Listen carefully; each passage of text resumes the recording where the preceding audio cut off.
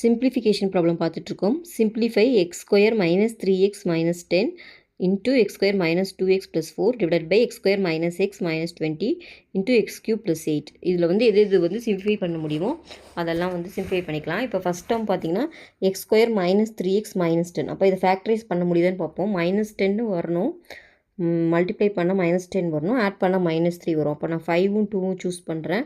அப்போ minus 5 plus 2ன்னும் போது கரெக்டாக வருது. மல்டிப்ளை பண்ணால் மைனஸ் 10, மைனஸ் 5 ப்ளஸ் 2னா மைனஸ் 3ன்னு வருது. அப்போ ஃபஸ்ட்டு ஃபேக்டரைஸ் பண்ணி எழுதும்போது நம்மளுக்கு என்ன ஆன்சர் வரும்னா X minus 5 plus X plus 2. Second டேர்மை ஃபேக்டரைஸ் பண்ண முடியாது, பார்த்தாவே தெரியுது. 2x ப்ளஸ் 4ன்னு இருக்குது. கீழே வந்து பார்த்திங்கன்னா மைனஸ் 20 இருக்குது. இதை ஃபேக்டரைஸ் பண்ண முடியுமான்னு பார்க்கலாம். இங்கே மைனஸ் 1ன்னு வரும். அப்போ 5 இன்ட்டு 4 ட்ரை பண்ணலாம். அப்போ இங்கே மைனஸு, இங்கே ப்ளஸ்ஸு. இப்போ கரெக்டாக வருது. அப்போ கீழே இருக்கிறது எக்ஸ் மைனஸ் 5 ப்ளஸ் 4ன்னு வரும். நெக்ஸ்ட்டு இந்த டேர்ம் இருக்கு இல்லைங்களா, இதை வந்து எப்படி எழுதலாம்னா எக்ஸ் ப்ளஸ் 8ன்றதை நான் எக்ஸ் க்யூப் ப்ளஸ் 2 க்யூப்னு எழுதிக்கிறேன்.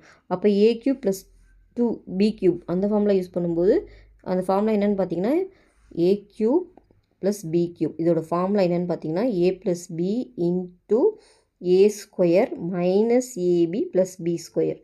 ஸோ அதை அப்ளை பண்ணோம்னா உங்களுக்கு என்ன வரும், X plus 2 X square minus 2x plus 4ன்னு வரும். ஓகேவா? இப்போ எது கேன்சல் பண்ண முடியுமோ கேன்சல் பண்ணிடலாமா?